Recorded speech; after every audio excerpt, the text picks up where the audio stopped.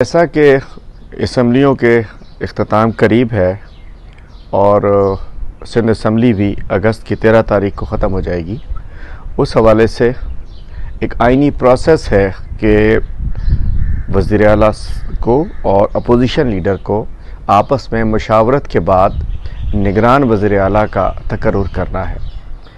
तो 2-3 रोज़ से चल रहा था कि न जाने मैं कहाँ हूँ, मैं क्यों नहीं हूँ, मैं किधर हूँ। तो वैसे ही मैंने बता दिया था कि जी जब आप बुलाएंगे हम आ जाएंगे। आज मैंने ख़त भी लिख दिया वज़ीर आला साहब को कि ये स्टार्ट कीजिए, इस प्रोसेस को स्टार्ट करें, आइन हमारा कहता है।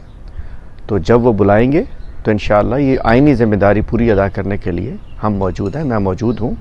जहाँ तक रही केसेस की, तो ये तो पॉलिटिकल वर्कर जब सियासत पे आता है, वाक़तन अगर वो ग्रास रूट का वर्कर है तो उसके लिए कोई बड़ी चीज़ नहीं होती।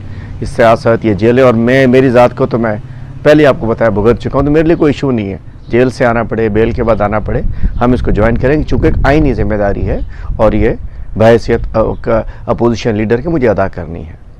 दूसरी जानिब अभी थोड़ी देर पहले हमने देखा कि फ़ारूक सत्तार भाई राना अंसार बाजी को उन्होंने नॉमिनेट किया अपोजिशन लीडर।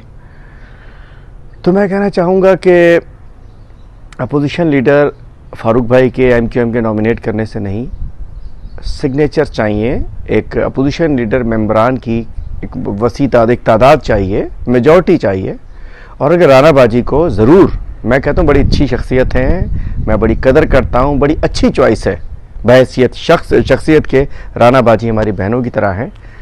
लेकिन उसके लिए MQM के नॉमिनेट करने से नहीं होगा।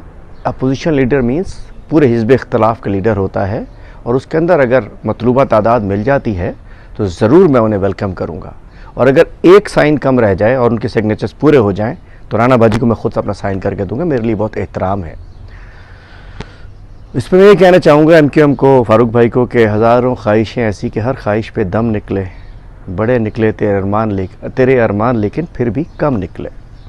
लेकिन अब मैं सलाम पेश करना चाहता हूँ GDA को और पीर साहब पगारा को, GDA के मेम्बरान को और पीर साहब पगारा को। जैसे कि जब इमरान खान साहब पर शब खून मारा गया पिछले साल अप्रैल में, उस वक्त सब इत्तेहादी छोड़ गए, GDA साथ खड़ा रहा। उनका भी ये था कि इस वक्त में हम साथ नहीं छोड़ेंगे। और इस वक्त भी मैं सलाम पेश करता हूँ कि GDA इनकी किसी ऐसी उसका तहरीक का हिस्सा नहीं है, क्योंकि सबको पता है कि हम अपनी ख्वाहिश से दूर नहीं हैं, हम मजबूरी से हैं, झूठे केस बने हुए हैं, हम घरों पे नहीं हैं, छापे पड़ते हैं। चले केसेस का पता हो तो बंदा आ जाए। केसेस हमारे पूरे पाकिस्तान में देख रहे हैं, एक केस निकला दूसरे में, दूसरे निकला तीसरे में, मतलब अंदर ही रहता है बंदा। तो इन हालात की वजह से मैं GDA को सलाम पेश करता हूँ, पीर साहब पगारा की सियासी और ख़ानदानी रिवायात को, और उसके मेम्बरान की कि इस वक्त तक वो इस किस्से का हिस्सा नहीं बने हैं। और हमारी उनसे बात भी हुई है, वो कह रहे हैं बुरे वक्त के अंदर हम साथ नहीं छोड़ा करते। तो अपोजिशन लीडर बिल्कुल तब्दील हो सकता है, लेकिन अपोजिशन लीडर को मेजॉरिटी ऑफ अपोजिशन मेंबरान के सिग्नेचर चाहिए होते हैं। जिस दिन ये आइनी, ये हमारे रूल्स प्रोसीजर्स के तहत ये रिक्वायरमेंट पूरी कर लेंगे, मैं ख़ुद जगह छोड़ दूंगा।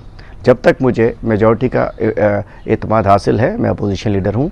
वैसे हमारे लिए आपको पता है कि ये वज़ारत अज़मा भी गई, कौमी असम्बली से छोड़ दी हमने, सूबाई हुकूमतें छोड़ दी, गवर्नर छोड़ दिया। अपोजिशन लीडर इतनी बड़ी चीज़ नहीं है कि इसके लिए हम कोई मरे जा रहे होंगे। लेकिन हमारी ज़िम्मेदारी जब सिंध के अवाम ने दी हुई है, सिंध के मेम्बरान ने दी हुई है, जब तक ये ज़िम्मेदारी मेरे पास रहेगी अदा करूँगा। और जिस दिन किसी और के पास, किसी और को मतलूबा तादाद हिमायत हासिल हो गई तो इंशाअल्लाह बग़ैर किसी रिएक्शन के हम बाहर हो जाएंगे। लेकिन अगर गैर आइनी, गैर कानूनी तौर पर हटाने की कोशिश की गई तो फिर अदालतों का रास्ता दरवाज़ा खटखटाएंगे, अदालतों में जाएंगे। चूँकि रूल्स मौजूद हैं, मेजॉरिटी के बगैर अपोजिशन लीडर नहीं हटाया जा सकता। फ़ारूक भाई की आनियों जानियों से कोई फ़र्क नहीं पड़ता। फ़ारूक भाई हनूज़ दिल्ली दूर।